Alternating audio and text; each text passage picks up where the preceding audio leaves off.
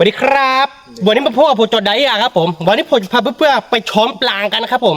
มากับโม่แก่แล้วก็ปาดแมสโคเดิงครับผมเราไม่รู้ว่าวันนี้เราจะได้ปลาหรือเปล่านะครับต้องรอดูนะครับใช่ครับในห้วยในคลองที่เราจะมาหาเนี่ยทุกคนตรงเด็กๆนี้เรามานี่ปันกัดเยอะมากๆนะครับผมแต่เราไม่ได้มาก็10 กว่าปีแล้วครับป่าไม่ได้มันกี่ปีแล้วครับผมโอ้10 กว่าปีน่าได้นะแต่ก่อนที่มาเนี่ยตัวเล็กๆนะไม่มีหนุ่มไม่มีเขานะแต่ตอนนี้ก็พอมีแล้วนะครับใช่ตอนนี้ก็เราก็โตเป็นหนุ่มแล้วใช่ปะโอ้โหเต็มตัวนะครับตอนนี้เราไปกันเลยทุกคนไม่รู้ว่าเราจะได้เยอะขนาดไหนจะให้โมแคไปช้อมปลากันนะครับรอดูกันนะครับผมไปกันเลยครับไปกันเลยเราจะให้โมแคช้อมปลาส่วนเราเนี่ยจะไปจับปลาด้วยมือเปล่าไปแล้วครับทุกคนตอนนี้มีปลาเนี่ยนี่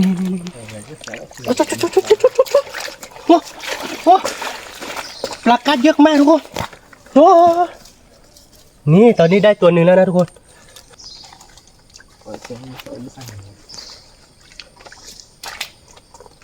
ได้หรือเปล่าครับมีไหมมีได้ดูได้ไหมได้หรอบ่ได้กัดเยอะนะทุกคนปลาได้ไหมปลาโอ้จับไม่โดนเลยมีหรือเปล่าไม่มีมีไหมนี่ทุกคนฟังบอกว่ามีทุกคนมีเราจะไม่ให้หลุดแล้วนะทุกคนนี่ตอนนี้ได้ตัวหนึ่งแล้วทุกคนนะครับนี่ตัวที่สองของเรามาครับผมเฮ้ยตัวนะครับว้าวไม่คิดว่ามันจะมีนะแต่มันมีนะทุกคนมีจริงครับมีไหม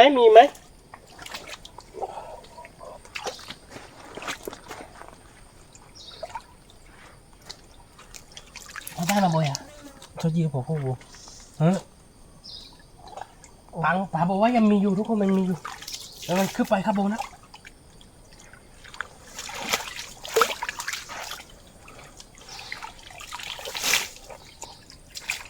ที่นี่มีปลากันเยอะนะทุกคนคลองห้วยเนี่ยทุกคนลำห้วยลำคลองแบบนี้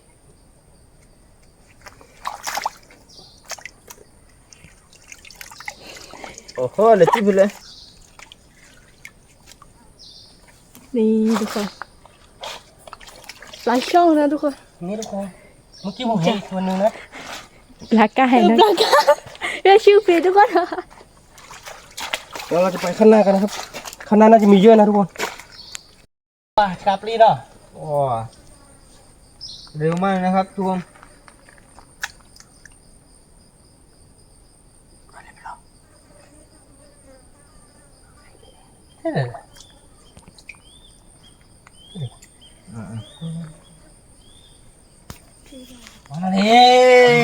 ได้แล้วนะครับเย้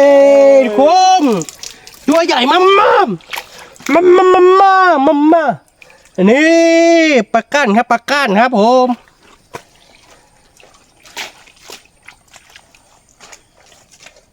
มีไหมป๋าโอ้ยจับไม่โดนเลยเราไปดูข้างหน้ากันนะครับทุกคนได้แล้วตัวหนึ่งทุกคนกบตัวใหญ่ครับที่นี่มันน่าจะมีเยอะนะทุกคน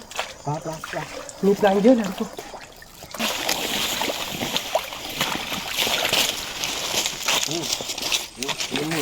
มีไหม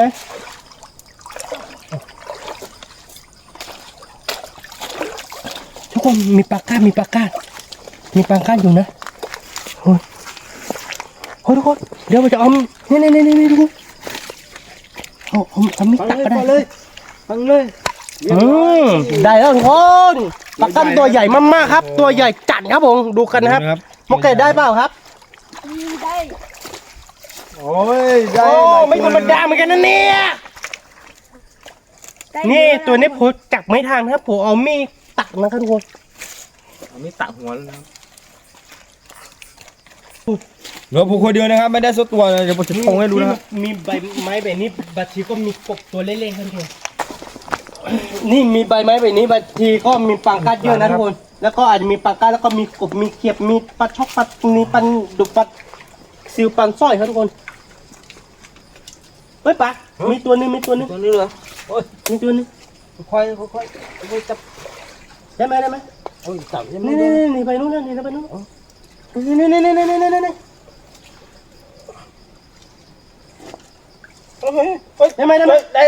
โอ้ย โอ้ย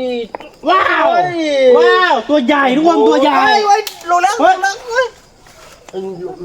นี่นี่นี่นี่นี่นี่นี่ ได้แล้วได้แล้วได้แล้วโอ้โห นี่ตัวใหญ่ๆแล้วทุกคน ได้นะครับโอ้โห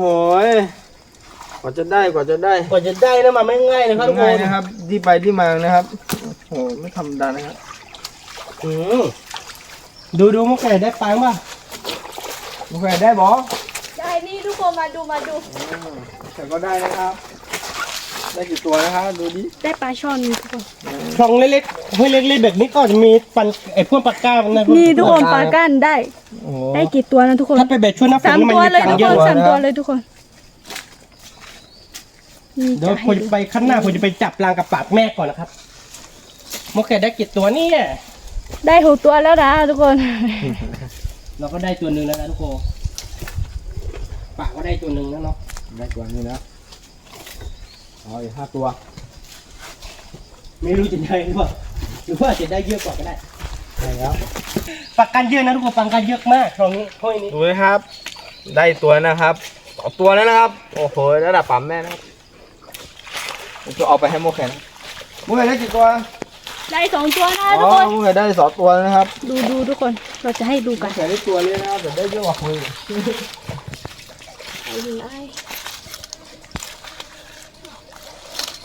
หัดไปไหนเราเด้ออ๋ออยู่นี่อยู่นี่นี่ทุกคนดิ้นทุกคนดิ้น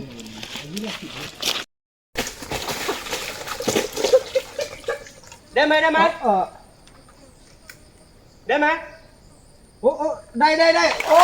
ยได้นะครับโอ้ยกว่าจะได้นะครับเล่ผมส้นเหนื่อยเลยนะครับ ดูนะครับ ตัวใหญ่นะครับ ตัวนี้กว่าจะได้นะครับ โอ้ย โอ้ตัวใหญ่ครับทุกคนนี่โอ้ที่เราไล่ครับทุกคน เล่ผมส้นเหนื่อย ได้ นะค แล้ รั ว บ ตัวหนึ่ง นี่ครับ ที่ถกรอเนาะนี่ทุกคนตัวใหญ่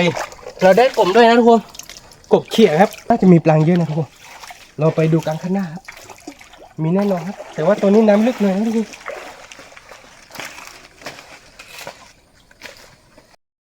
ปากกาทุกคนปากกาปัก เอ้ย โอ้โหปากนี่สุดยอดเลยเฮ้ยทุกคนตอนนี้ได้แล้ว โอ้ยตัวใหญ่เหมือนกันนะตัวนี้เฮ้ยลุยแล้วเร็ว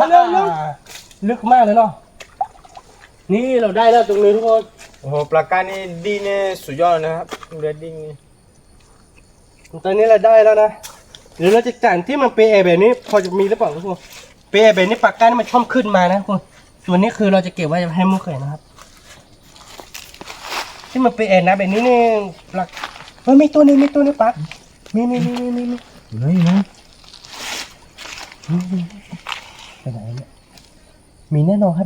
ทุกคน อุ๊บดีแล้วนะครับ ได้ไหม ยังเลยโอ้โห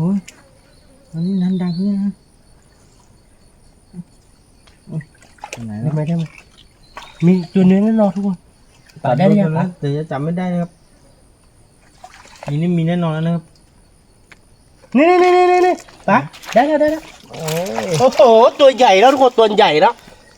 ตัวใหญ่ครับนี่ทุกคนตัวใหญ่ครับนี่เราได้แล้วตัวนี้โอ้โหวันนี้ได้เยอะแล้วนะมีกบแล้วก็มีปากกาด้วยทุกคน ได้นะครับได้ตัวนะครับโอ้โหปลาการนะครับดูนะครับ น้ำเล็กๆแบบนี้ก็มีกบมีเขียนนะทุกคน โอ้โหตัวนี้นี่มีเยอะเลยนะครับ เพราะว่าน้ำไม่ค่อยมีแล้วนะครับ เพราะว่า น้ำใกล้จะแห้งแล้ว น้ำใกล้จะแห้งแล้วนะครับ เลยเขาปลาก้านเลยมาดูตัวกันนะครับ ดูนะครับปลากับ ทุกคนมาดูกันมีหลายตัวเลยแต่ว่าตัวเล็กได้ไหมโอเคได้ มุกก็ได้นะครับ คนตัวนี้มีหลายตัวครับนี่ได้แล้วตัวนี้จุ๊บไม่ติดเลยจุ๊บมีเยอะมีเยอะเหมือนกันนะทุกคนนี่ลงไปแล้ว ได้ไหมได้ไหม ไม่มียังเลย ได้แล้วตรงนี้ทุกคนนี่ ได้นะครับ ใส่ไว้ในสวีทุกคนปากกาที่นี่โอ้โหวิ่งเร็วมากทุกคนมีเยอะเหมือนกันนะเนี่ย โอ้ดูนะครับกว่าจะได้นะครับ ตัวเล็กแต่แรงนี่เยอะมากนะครับสามารถในสวีนะครับ มาโอ้ ได้แล้วตัวนึงนะครับ นี่ปากใส่ไว้ในสวีโอ้โหมีเยอะมากเลยทุกคนแต่ตัวไม่ได้ใหญ่มากทุกคนตัวใหญ่ก็มีอยู่ ตัว นะ นี้ใหญ่ขึ้นหน่อยนะครับ ปุ๊บช่วยกระจับดูบ่ดูต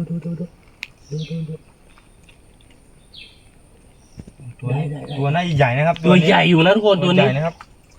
นี่ โอ้ย ตัวใหญ่ครับตัวใหญ่ครับ ตัวนะครับ ตัวใหญ่ครับผม ยังไงครับ นี่ตัวใหญ่ ระดับจอร์แดนนะครับ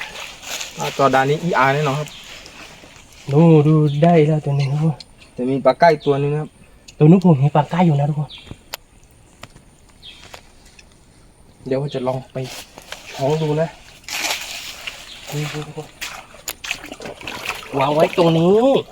เมื่อกี้มันวิ่งขึ้นมาหลายตัวเลยทุกคนตอนนี้ไม่รู้ว่าจะเข้าสู่ปีกต่อนะที่แน่ๆก็คือมันมีแน่นอนนะ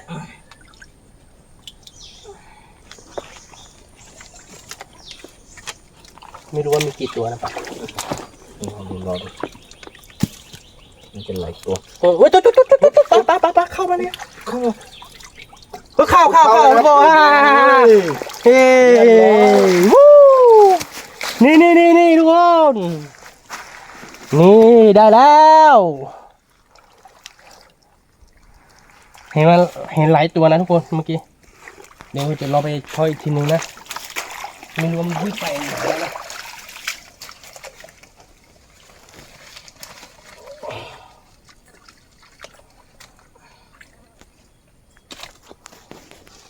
น่าจะลงไปในน้ำลึกแล้วเนาะ ใช่แล้วพอเราที่สองนี่ นี่น่าจะลงไปในน้ำลึกแล้วนะครับวันนี้เรายังไม่เจอปูสักตัวเลยนะทุกคนหรือว่านี่ว้าวตัวแรกของเรามาแล้วทุกคน กว่าจะได้นะครับ โอ้โหกว่าจะได้มาไม่ง่ายเลยครับมันเป็นปูตัวอ่องด้วยทุกคนอร่อยมากๆครับ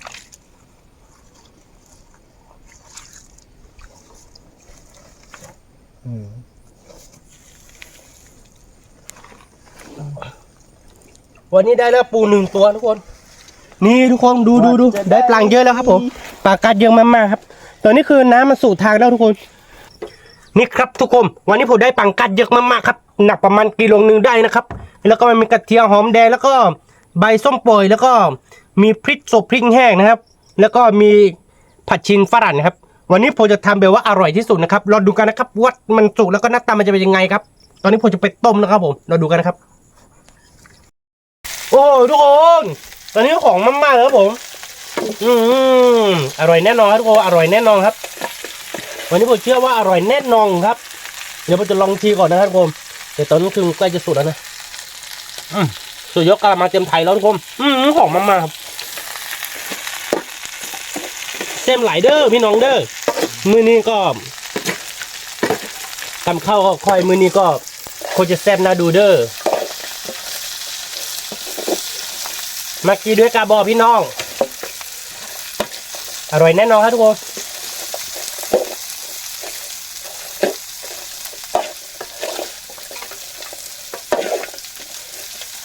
โอ้ตอนนี้ใกล้จะสุดแล้วนะทุกคนน่าจะสุดแล้วแหละ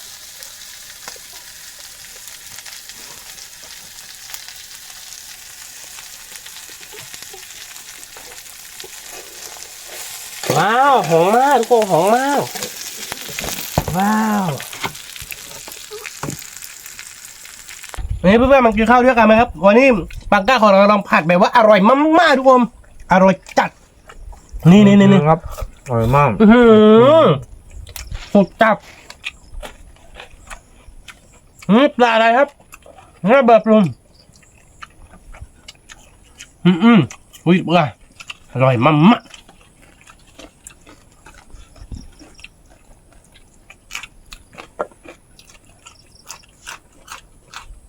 หน้าตาน่ากินมากนะครับ นี่เพื่อนๆหัวทะลุเลยนะครับผม แห้งครับ อร่อยทั้งตัวเลยนะทุกคนตัวใหญ่ครับนี่ป่านนี้สุดยอดเลยทุกคนไม่ได้กินแบบใหญ่ๆนะปรุ้ง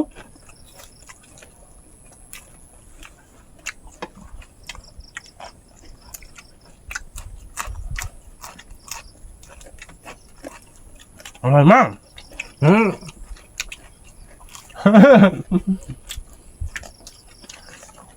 ทุกคนเราจะกินแบบว่าพี่ส่งแล้วก็พี่ให้ครับ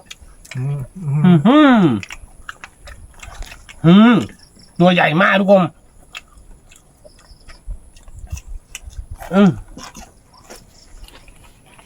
อร่อยมาก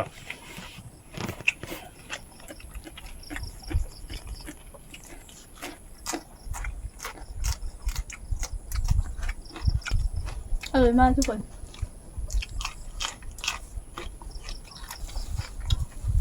นี่นะ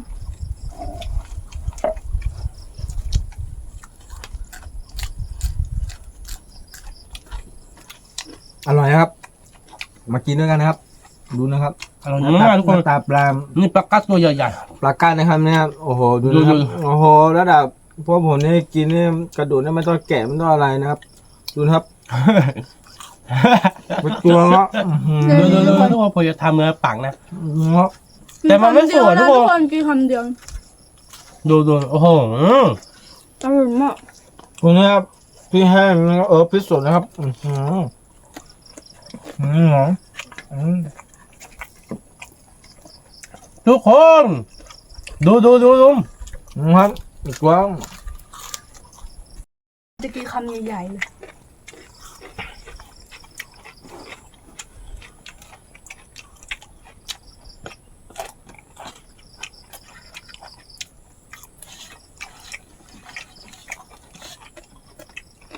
ที่เข้าในป่านี่ทุกคนปีปลาด้วยเนี่ยโอ้โห อร่อยมาก ที่สุดพี่ที่ให้รัวกันทุกคนนี่ทุกคน ตัวเดียวนะครับ วันนี้ได้ปูแค่ตัวเดียวครับอร่อยมากหอมมาก นะครับกรอบครับเงาะ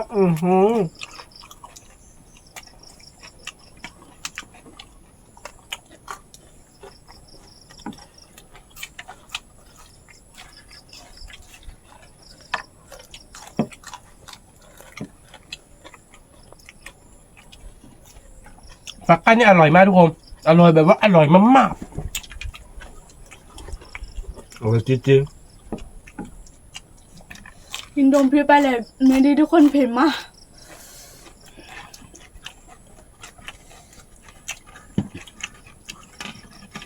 เผ็ดมากๆอร่อยมากๆที่2-3เมนูดูนะครับ พริกขึ้นจมูกครับ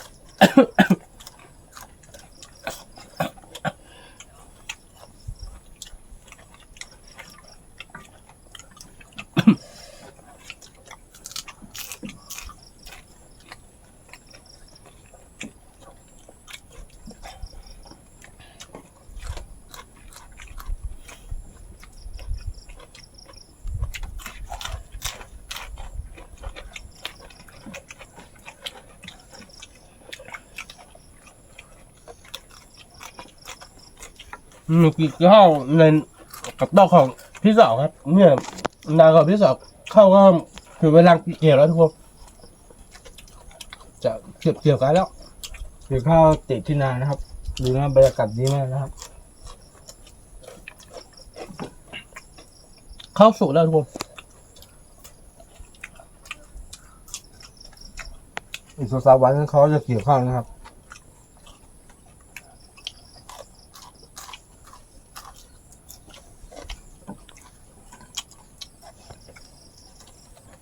เนื้อตาตัวเลย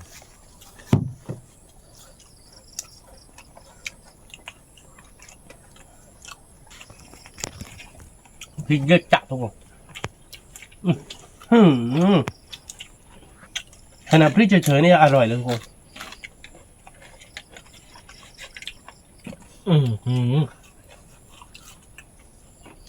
อร่อยมาก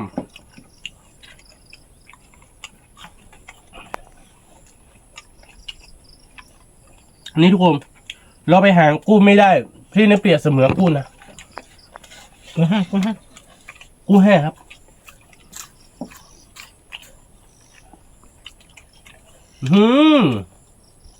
ตัวใหญ่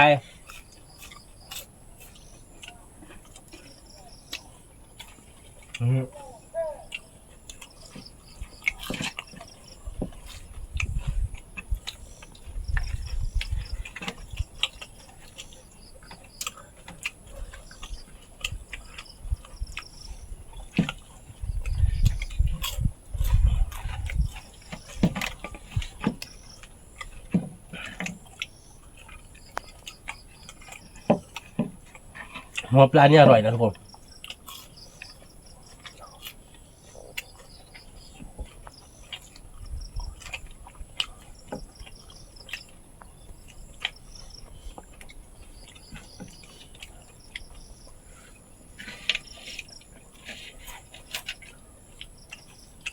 ปลาก้างมันก็กินคู่กับพริกทุกคนดูปากพริกเยอะทุกคนพี่ก็ไม่เหลือนะครับ กลมของเราอีกตัวนึง อร่อยไม่อร่อยนี่พี่ก็ไม่เหลือ พริกไปกรุงเทพหมดแล้วทุกคน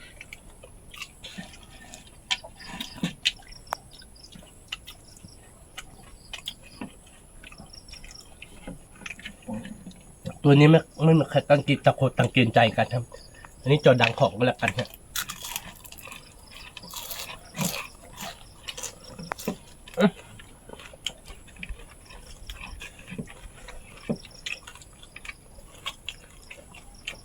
อร่อยแบบดิจิทัลทั้งนั้น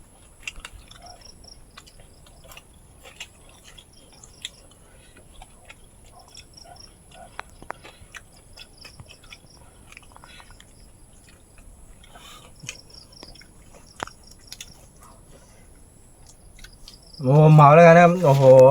อันนี้สุดท้ายนะครับผมเมาเองเอาแต่พริกเน้นนึงจบไม่เหลือ อันนี้ผมเหมาครับ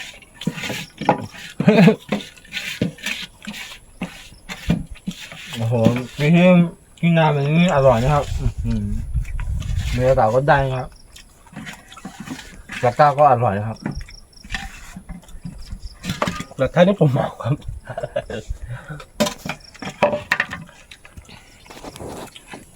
อร่อยมากทุกคน อร่อยจริงๆครับผม อร่อยมาก อร่อยจริงไม่จริงดูนะกระทะก็ไม่เหลือเนื้อกระทะนะครับกินไม่ได้แล้วกินได้ไม่เหลือตัวดาเอียนี่กินไปครึ่งเลยนะครับ กินจนหูขาดไปแล้ว ๆนี่เมื่อกี้เนี่ยผมจะกลืนออกไปแล้วทุกคน แต่ว่าคือไม่กลืนดีกว่าวันหลังก็เผื่อว่าจะได้ใช้กระทะในจานของเราอีกครับ ใช่แล้วครับ เพื่อนๆถ้าอยากให้เราเดินป่าไปทำอะไรก็ไม่บอกนะครับผมสำหรับคลิปนี้ก็คงไม่มีอะไรมากครับชอบใจที่ของเราก็อย่าลืมกดไลค์กดแชร์ให้เพื่อนๆดูครับและที่สำคัญอย่าลืมกดกระดิ่งเพื่อไม่พลาดคลิปใหม่ๆของเราครับเจอกันคลิปวิดีโอหน้าครับผมสวัสดีครับ